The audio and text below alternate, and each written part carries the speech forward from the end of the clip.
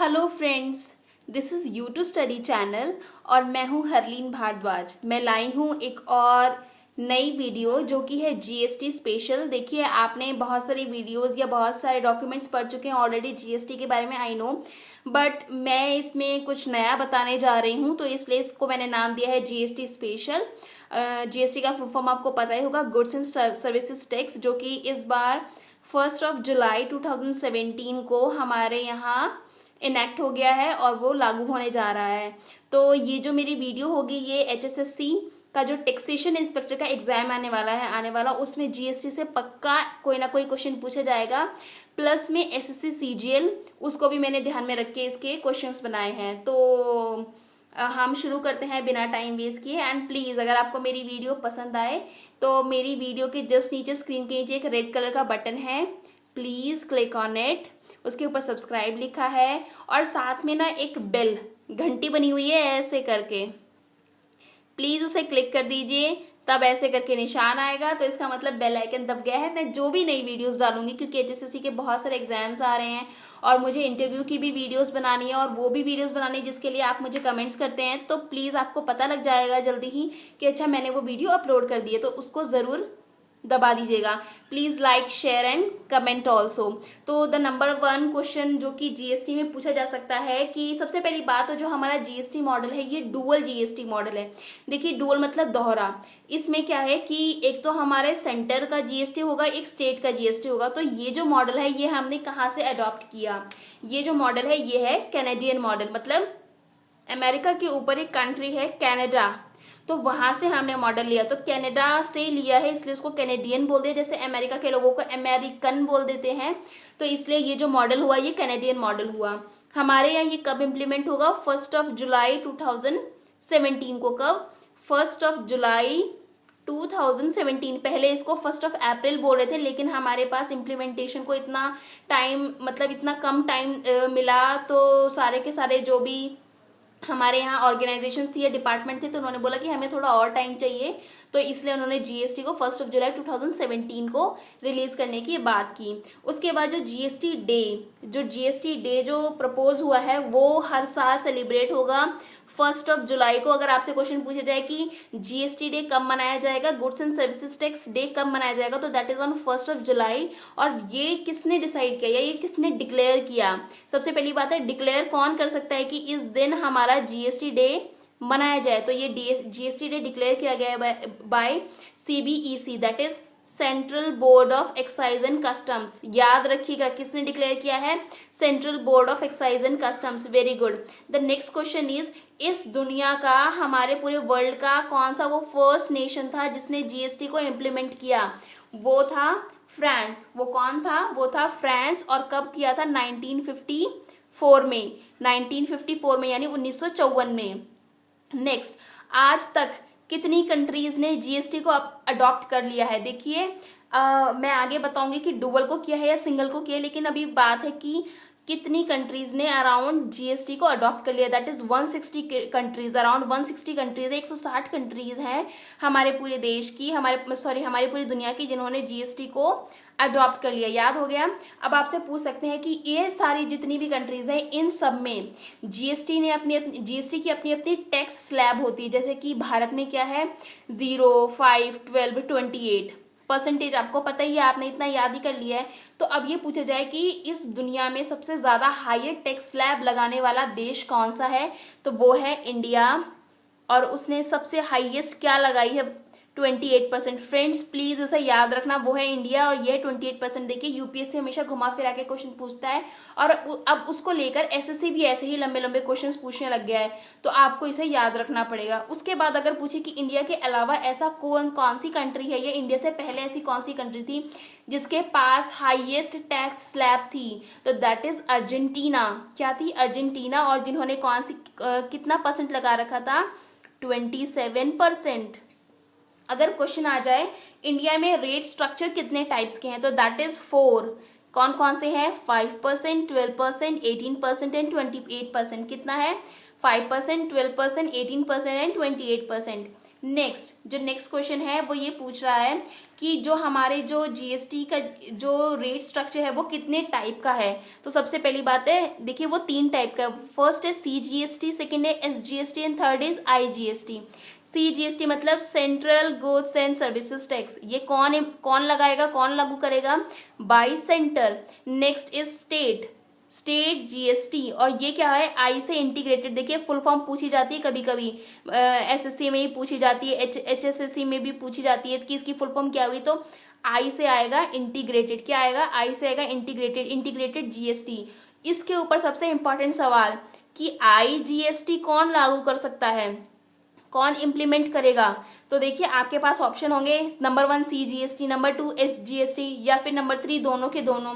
तो मैं आपको बता दूं कि IGST लागू करने का हक सिर्फ और सिर्फ सेंटर के पास है। किसके पास है, सेंटर के पास, आप इसे भूलेंगे नहीं। ओके, नेक्स्ट अगला जो क्वेश्चन बनता है 9th, वो मैंने बनाया है कि हमारे देश में सबसे पहले GST प्रपोज कब हुआ था। वो हुआ था 2000 में। जैसा कि मैं ऊपर बता चुकी हूँ कि सबसे पहले कौन सी कंट्री थी जो GST लेके आई, दैट वाज फ्रांस। कौन सी थी, फ्रांस, 1954 1954 में। लेकिन इंडिया में कब इसको प्रपोज किया गया पहली बार, सन 2000 में। याद रखेंगे आप। ओके, अगला अगर क्वेश्चन पूछा जाए कि ये जो GST टैक्स है ये किस चीज पर बेस है।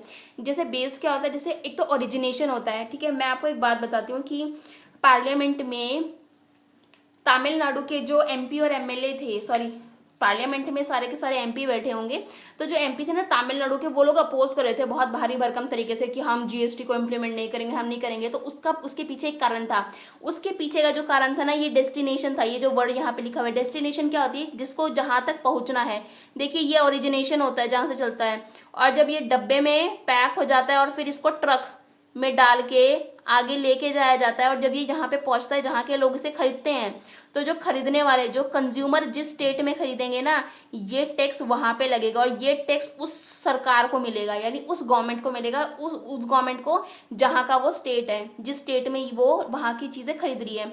तो मैं आपको बता दूं तमिलनाडु की, तो तमिलनाडु बहुत ही अच्छा, मतलब वहां पे फैक्ट्रीज बहुत ज्यादा है, वहां पे चीजें बहुत ज्यादा है, मतलब बनाई बहुत जाती है। तो वहां पे पहले क्या था, जब हमारे पास सिंपल रिजीम थी, जब क्या था, सिंपल जो टैक्स की रिजीम थी, तो उसमें क्या था कि तमिलनाडु के पास अच्छा खासा टैक्स आता था।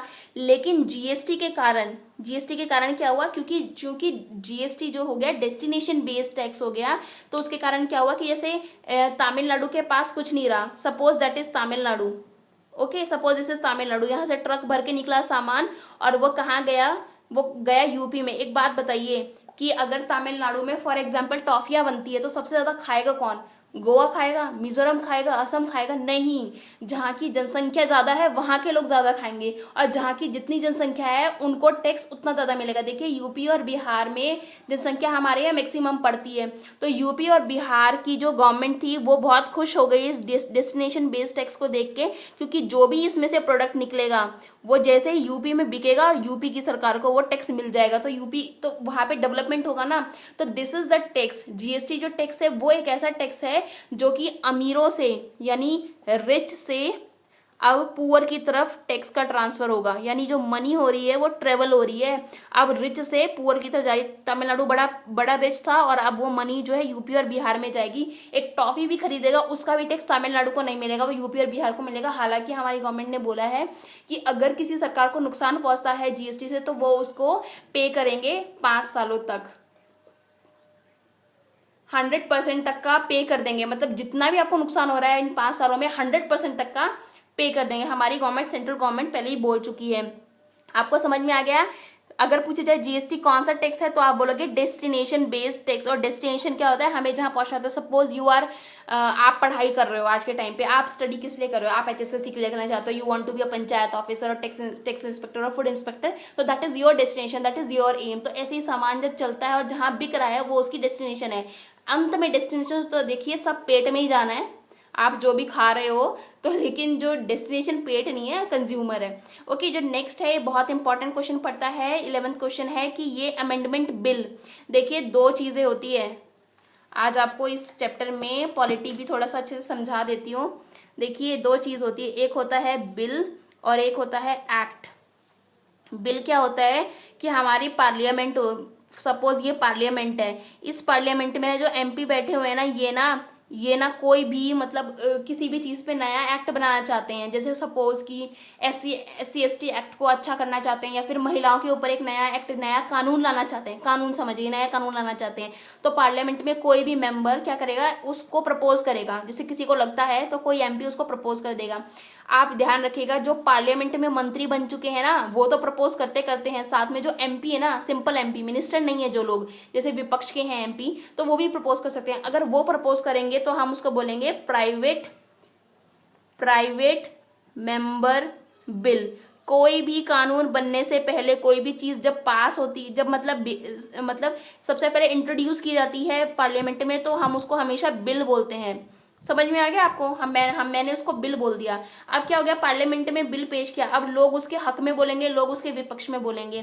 तो जब बिल मेजोरिटी से पास हो जाएगा, कई बार किसी चीज के लिए 2/3 मेजोरिटी चाहिए होती है, कई बार किसी चीज के लिए हाफ मेजोरिटी चाहिए होती है। एक बार इसको मेजोरिटी मिल गई तो ये बिल क्या बन जाएगा, एक्ट बन जाएगा, और इसको अपना आर्टिकल नंबर मिल जाएगा। आप मेरी बात समझ रहे हैं? अगर आपको इसको लेके कोई भी डाउट है तो आप मुझे कमेंट सेक्शन में पूछ सकते हैं, ठीक है। और मेरे हिसाब से मैंने इसे समझा दिया है बहुत अच्छे से, बिल और एक्ट में क्या डिफरेंस है। तो अगर मैं बात करूं कौन से अमेंडमेंट बिल के थ्रू जीएसटी पास हुआ, तो दैट इज 122 यानी 122। और कौन सा एक्ट बना, मतलब बिल के बाद एक्ट बना, यानी इसके बीच में अब तक जितने बिल पास हुए हैं ना, जितने बिल पेश हुए हैं, वो अभी तक एक्ट नहीं बन पाए हैं। तो जो एक्ट बना हुआ ये 101 है। समझ में आ गई बात? Amendment act is 101।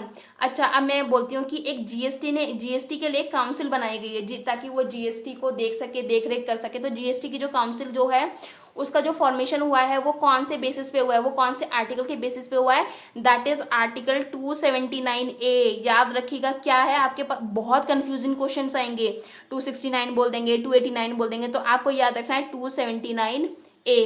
ओके। तो जो एक जीएसटी काउंसिल को बनाया गया हमारी गवर्नमेंट के थ्रू, कि जीएसटी को सब कुछ ओवरव्यू कर सके, उसको देख सके, तो उसका जो हेडक्वार्टर बनाया गया वो बनाया गया न्यू दिल्ली में। कहाँ बनाया गया? न्यू दिल्ली में। और याद रखिए कि जो जीएसटी काउंसिल होती है, काउंसिल, उसका जो चेयरमैन होगा वो कौन होगा? फाइनेंस मिनिस्टर होगा, उसको हम एफएम भी बोल देते हैं, फाइनेंस मिनिस्टर। और इस वक्त जो फाइनेंस मिनिस्टर हैं वो उसके चेयरमैन है। तो आगे चलकर जो भी पार्टी आएगी, जो उसका चेयरमैन बनेगा वो जीएसटी काउंसिल का चेयरमैन होगा, जो फाइनेंस मिनिस्टर बनेगा। तो अरुण जेटली जी इस वक्त इसके चेयरमैन हैं। नेक्स्ट, जो जीएसटी ने ना क्या किया है, एक फाइनेंस मिनिस्टर का पैनल बनाया है। ये इसमें कौन से फाइनेंस मिनिस्टर होंगे? सारे के सारे स्टेट, भारत के जितने भी स्टेट हैं, यूटीज हैं, उन सब के जो फाइनेंस मिनिस्टर होंगे वो इस पैनल के मेंबर होंगे। और जो इसका चेयरमैन बनाया गया है इस वक्त, वो बनाया गया है अमित मिश्रा जी को। और अमित मिश्रा जी क्या है? वेस्ट बंगाल के फाइनेंस मिनिस्टर हैं। प्लीज याद रखिएगा, Amit Mishra finance minister panel के चेयरमैन है, और जीएसटी काउंसिल के जो चेयरमैन है वो कौन है? मिस्टर अरुण जेटली। याद रखिएगा। ओके। अब उसके बाद मैं बात करती हूँ कि ऐसा कौन सा पहला स्टेट था जिसने रेटिफाई कर दिया, जीएसटी को रेटिफाई किया, वो था असम। लेकिन अगर बात करें जिसने पास किया तो वो था तेलंगाना। प्लीज इन दोनों को याद रखिएगा। सबसे पहली बात, GST council, GST FM panel, finance minister panel, उसके बाद रेटिफाई किया असम ने और पास किया तेलंगाना ने। इसके बाद जो मैं आपको टॉपिक समझाने वाली हूँ ये थोड़ा सा ट्रिकी है, आप इसे थोड़ा सा समझिएगा, क्योंकि अगर इससे रिलेटेड क्वेश्चन आता है तो मतलब उसको समझने में थोड़ी सी आपको परेशानी होगी, तो आप इसे समझ लीजिए। देखिए, जो एक जीएसटी का एक थ्रेशोल्ड सेट किया गया है, थ्रेशोल्ड लिमिट। सबसे पहले मैं बता दूं थ्रेशोल्ड क्या होता है। ये एक केमिस्ट्री या फिजिक्स का एक वर्ड है जो कि साइंस का एक वर्ड बन गया। थ्रेशोल्ड होता है किसी की भी वो लिमिट, एक पॉइंट जहां पर आकर वो रुक जाए और जो उसका मैक्सिमम पॉइंट हो। तो जीएसटी ने एक ना थ्रेशोल्ड लिमिट तय की है, जो कि ना 10 लाख रुपए है नॉर्थ ईस्ट के लिए और 20 लाख रुपए है पूरे भारत के लिए, नॉर्थ ईस्ट से अलग। लेकिन इसमें एक और पॉइंट जुड़ता है कि देखिए, नॉर्थ ईस्ट के जो स्टार्टिंग हो रही है, नॉर्थ ईस्ट स्टेट जो है, जैसे मिजोरम है, मेघालय है, नॉर्थ ईस्ट जो स्टेट है, अगर आपका जो बिजनेस है, ये थ्रेशोल्ड लिमिट क्या है, अगर आपका बिजनेस और आपका जो साल का टर्नओवर है वो 9 लाख रुपीज एंड अबव है, 9 लाख रुपीज एंड अबव है, तो आपको रजिस्टर करना बहुत ज्यादा जरूरी है जीएसटी में। क्या करना जरूरी है? रजिस्टर करना। प्लीज याद रखिए इस बात को, अगर आपका टर्नओवर 9 लाख से अबव है तो आपको रजिस्टर करना जरूरी है जीएसटी में। और अगर आपका 10 लाख एंड अबव है, क्या है? 10 लाख एंड अबव, तो आपको क्या करना जरूरी है? जीएसटी को फाइल करना। जीएसटी को फाइल करना मतलब आपको पे करना पड़ेगा। उसके 9 लाख एंड अबव वालों को रजिस्टर करना जरूरी है और 10 लाख एंड अबव वालों को जीएसटी फाइल करना जरूरी है। यही अगर मैं अगर यही बात आपको स्टेट के लिए बोल दूं कि जो नॉर्थ ईस्ट से अलग जितने भी स्टेट है, हरियाणा, पंजाब वगैरह वगैरह, तो इनके लिए क्या होगा कि जिनका जिनका टर्नओवर 19 लाख है उनको क्या है रजिस्टर करना जरूरी है, और जिनका 20 लाख है उनको जीएसटी फाइल करना जरूरी है। प्लीज इस बात को समझ लीजिए अच्छे ढंग से, और आपको ये पता लग जाएगा कि ये जीएसटी की थ्रेशोल्ड लिमिट है। अब हम 3 इंपॉर्टेंट चीजों को देख लेते हैं। सबसे पहली बात, जो एक स्मार्टफोन है, जो मोबाइल है, उस पर कितना जीएसटी लग रहा है? उस पर लग रहा है 12%, कोल पे लग रहा है 12%, और जो इंश्योरेंस है, इंश्योरेंस का जो सब्जेक्ट है वो है 18%। याद हो गए तीनों। उसके बाद एक आता है सिन टैक्स। सिन वैसे पाप होता है, तो जो पाप का जो टैक्स है मतलब इन पर ना और ज्यादा टैक्स लगेगा। मतलब ये जो 28% जो मैक्सिमम है, 28% मैक्सिमम है, लेकिन ये जो सिन टैक्स में 3 चीजें रखी गई हैं। सिन टैक्स ये क्या है? पाप का जो टैक्स है, इसके ऊपर 28% प्लस सेस लग जाएगा। तो दैट इज पान मसाला, एल्कोहल एंड टोबैको। प्लीज इन तीनों को याद रखिए। But what is this? पान मसाला, एल्कोहल एंड टोबैको। नेक्स्ट है इसकी फुल फॉर्म पे, नेक्स्ट 2 पे फुल फॉर्म पे क्वेश्चन आ सकता है, और पूछा जा सकता है कि जीएसटी के लिए जो स्पेशल पर्पस व्हीकल बनाया गया है। देखिए स्पेशल मतलब विशेष रूप से, पर्पस अपने काम को पूर्ति करने के लिए, पूरा करने के लिए जो व्हीकल बनाया गया है उसको बोला गया है GSTN, that is goods and services tax network. N से क्या बना? नेटवर्क। याद रखिएगा एन से बना है नेटवर्क।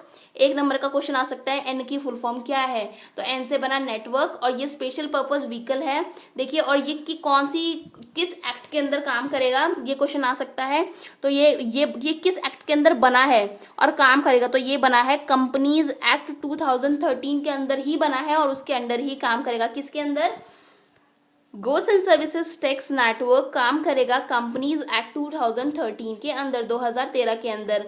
अब जीएसटीएन में क्या है ना, पैसा लगाया गया है, तो जो स्टेक मतलब पैसा जिसने लगाया है, जितना लगाया है, तो स्टेट और सेंटर ने मिलकर, सारे स्टेट्स ने और सारे सेंटर ने मिलकर कितना परसेंट लगा दिया? 49%। अब आप आइए हम इसको समझते हैं।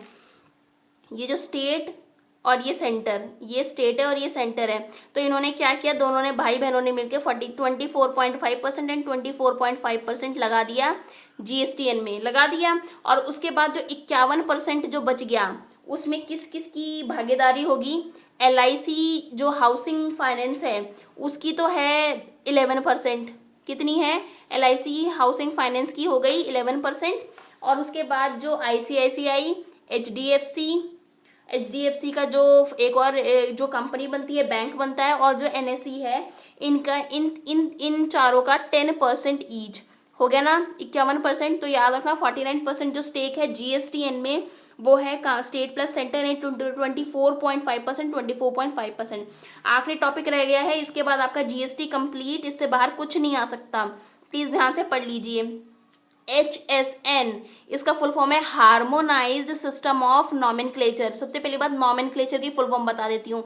किसी भी चीज का नाम रखा जाता है ना जब, तो उसको उसकी कैटेगरी होती है नॉमेनक्लेचर, मतलब उसका नॉमेनक्लेचर किया गया है। जैसे कि हम वीट को बोल देते हैं ओराइजा सटाइवा। जैसे वीट जो है उसका जो साइंटिफिक नेम होता है वो ओराइजा सटाइवा होता है, ठीक है। जैसे कि नीम का पेड़ होता है उसको हम बोल देते हैं मुझे याद नहीं है, सॉरी तो आप भी हम एक ही से काम चला लेते हैं। तो जो HSN होता है उसका जो फुल फॉर्म मैं बता रही थी कि